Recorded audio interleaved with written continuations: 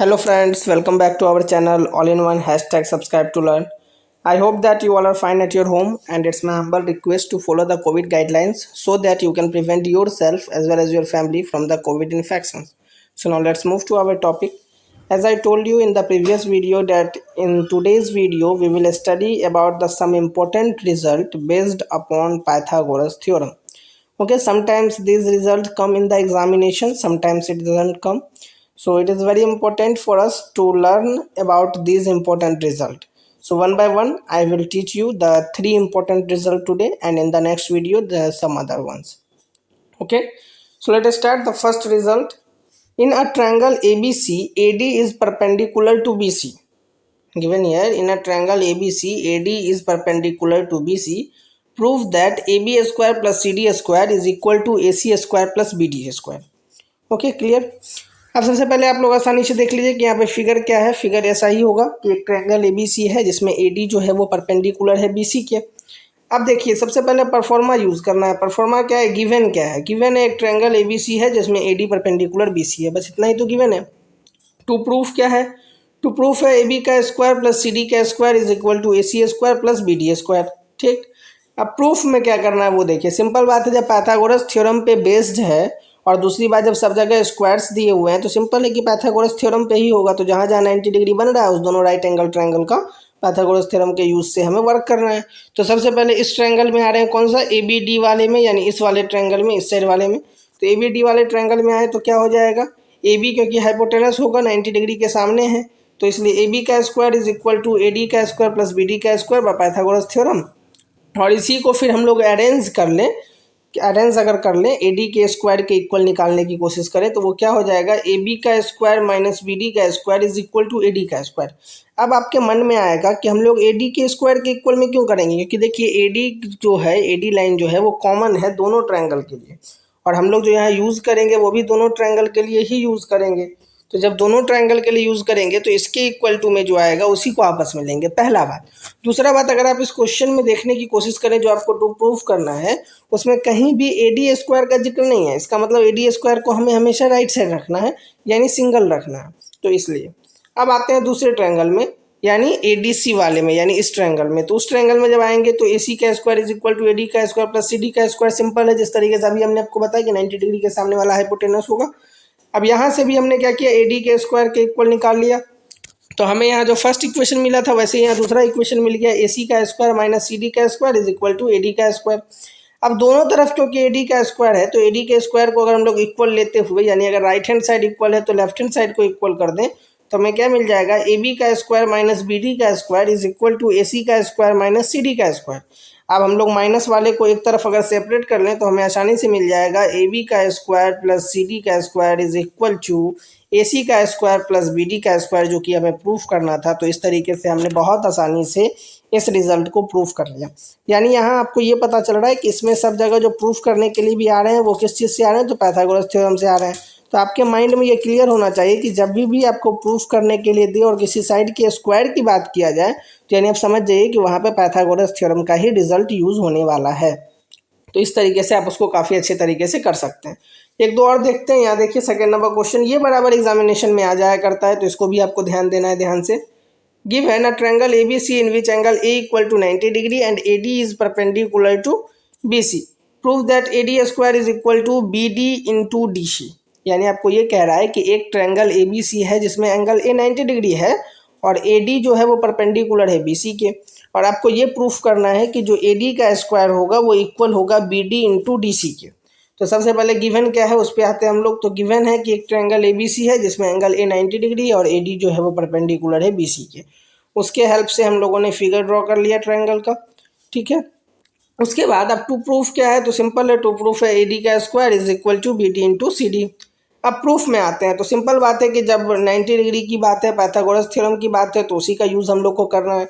तो सबसे पहले आते हैं पाइथागोरस थ्योरम जो सबसे बड़ा वाला ट्रायंगल है उसमें, यानी जिसमें angle A equal to 90 degree है, इसमें आते हैं। तो हमें क्या मिलता है, BC का square is equal to AB का स्क्वायर प्लस AC का स्क्वायर। ये हमारा first equation by Pythagoras theorem.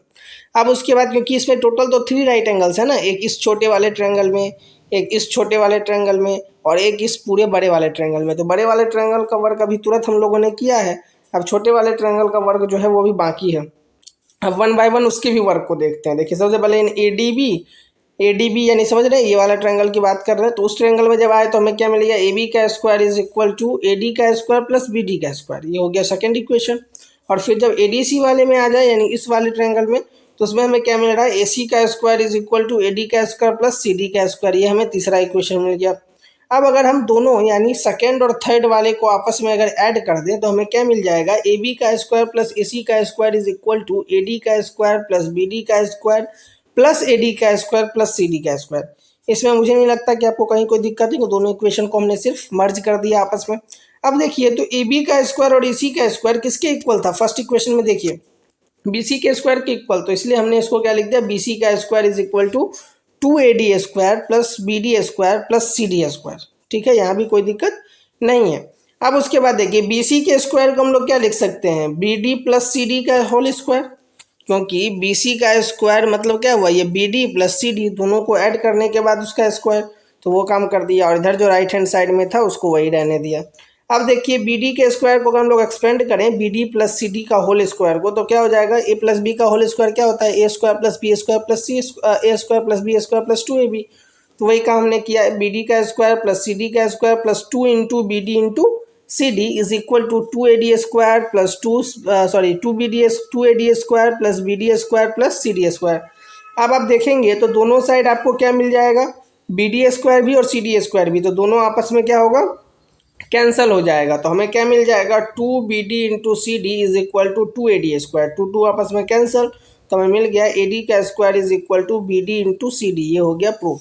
तो यानी यहाँ से आपको एक और नॉलेज यहाँ से पता चल रहा है कि जब भी आप पाइथागोरस थ्योरम पे बेस्ड अगर किसी थ्योरम को प्रूफ करने के लिए जाते हैं, तो अगर जिस ट्रायंगल की बात कर रहे हैं उसमें जितने राइट एंगल्स बन रहे हैं सबका यूज़ करना है, और उसके बाद फिर अपने माइंड का यूज़ करके कहाँ से क्या लेने से हमें वो चीज़ प्रूफ हो सकता है, वो सोचना बहुत ज़्यादा आवश्यक है। चलिए तो हम लोग आगे बढ़ते हैं। क्वेश्चन नंबर 3 जो कि आज के इस सेगमेंट का आखिरी क्वेश्चन है, इसको पहले डील कर लेते हैं। इस क्वेश्चन में क्या कह रहा है कि in a triangle ABC angle ABC is less than 90 degree, यानी क्या कि एंगल जो बी है वो एक्यूट एंगल है and AD is perpendicular to BC, prove that AC square is equal to AB square plus BC square minus 2bc into BD. तो सबसे पहले एक ट्रायंगल बना लिया हम लोगों ने, और इस तरीके से बनाना होगा कि बी जो है वो 90 डिग्री से कम है यानी एक्यूट एंगल हो, और एडी जो है वो परपेंडिकुलर है बीसी के, तो उसको हम लोग 90 डिग्री बना सकते हैं। तो सबसे पहले गिवन क्या है वो लिखते हैं, a triangle ABC in which angle ABC is less than 90 degree and AD is perpendicular to BC. ठीक है, अब टू प्रूफ में आते हैं। टू प्रूफ क्या है, तो एसी का square is equal to A B का स्क्वायर प्लस बीसी का square minus 2bc into B D. ठीक है, अब उसके बाद प्रूफ में आते हैं। तो प्रूफ में सबसे पहले देखिए in triangle A D B, क्योंकि मैंने आपको पहले ही कहा कि जहाँ जहाँ 90 डिग्री बन रहा है पहले उसका यूज़ कर लेना है। तो यहाँ पे 90 डिग्री बन रहा है उसका यूज़ किया, तो हमें क्या मिल गया, ए बी का square is equal to A D का स्क्वायर प्लस बी डी का स्क्वायर। किसका लिया था, तो ये वाले ट्रायंगल का लिया था ए डी बी का, तो वहाँ से हमें मिल गया ए बी का square is equal to A D का स्क्वायर प्लस बी डी का स्क्वायर पाइथागोरस थ्योरम के हेल्प से। अब आते हैं सेकेंड ट्रायंगल में यानी ए डी सी में। तो इसमें जब आए तो इसमें हमें क्या मिल गया, ए सी का square is equal to A D square plus C D square, ये भी बाय पाइथागोरस थ्योरम।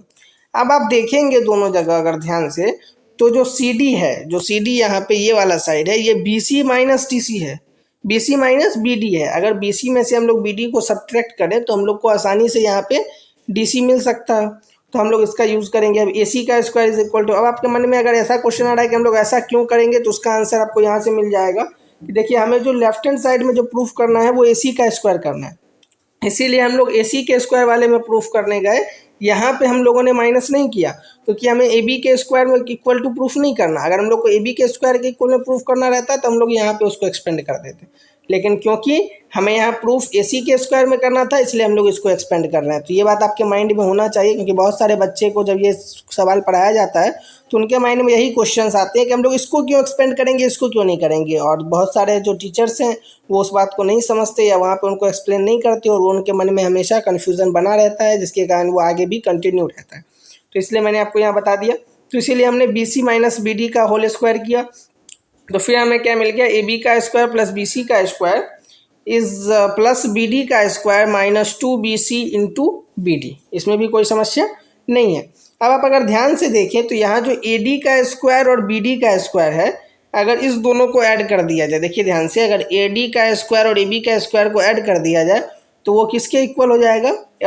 ए डी का स्क्वायर और बी सी के स्क्वायर को अगर ऐड कर दिया जाए तो वो किसके इक्वल हो जाएगा? वो इक्वल हो जाएगा यहाँ ए बी के स्क्वायर के इक्वल। ठीक है, ए डी का स्क्वायर प्लस बी डी के स्क्वायर को अगर ऐड किया जाए, मैं आपको फिगर क्लियर करके एक बार समझा देता हूँ क्योंकि ये थोड़ा सा ज़्यादा कन्फ्यूजिंग हो गया। देखिए यहाँ पे जो हमें सबसे पहले जो इक्वेशन आया वो आया ए डी का स्क्वायर प्लस बी सी का स्क्वायर प्लस बी डी का square minus 2 into B C into B D. अब इसको हमने कन्वर्ट किया क्या, तो यहाँ पे ए डी का स्क्वायर और बी डी का स्क्वायर को साथ में ले लिया।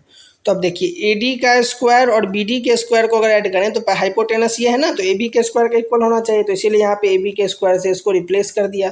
ए बी का स्क्वायर प्लस बी सी का square minus 2 B C into B D, जो आप यहाँ से भी ले सकते हैं ए बी के स्क्वायर वाले को यहाँ से फर्स्ट इक्वेशन से, तो वहाँ से भी आप इजिली उसको देख सकते हैं।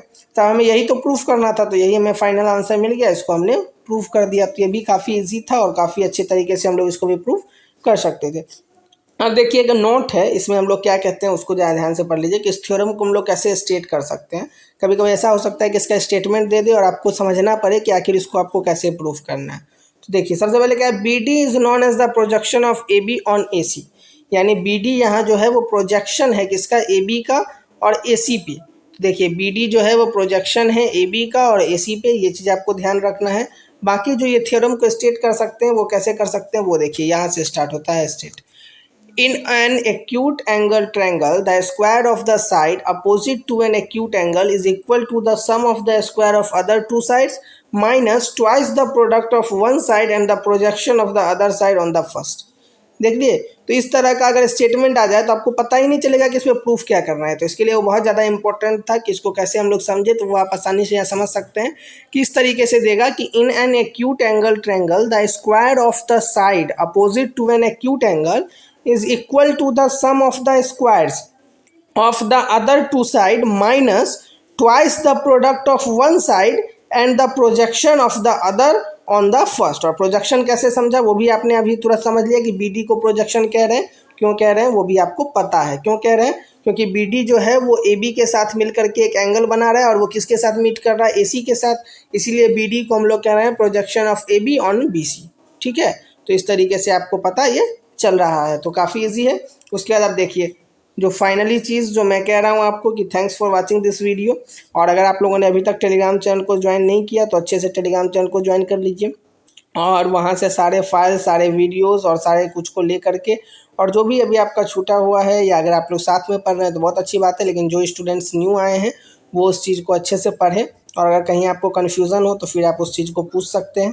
ठीक है फ्रेंड्स, और उम्मीद करता हूँ कि आज जितने भी हम लोगों ने 3 क्वेश्चंस को लिया और लास्ट में जो स्टेटमेंट समझाया वो आपको समझ में आया हो, क्योंकि इसी तरह का एक और क्वेश्चंस है बुक में, तो उसको आप खुद से ट्राई कर सकते हैं। और फिर हम लोग जब नेक्स्ट वीडियो में मिलेंगे तो फिर हम लोग और जो कुछ इंपॉर्टेंट रिजल्ट है उसको डिस्कस करेंगे। तब तक के लिए बाय बाय और अपने स्टडी को कंटिन्यू रखिए। ठीक है friends, so thank you so much and now we will meet in the next video and then we will deal with some other important result. Okay, so thank you so much.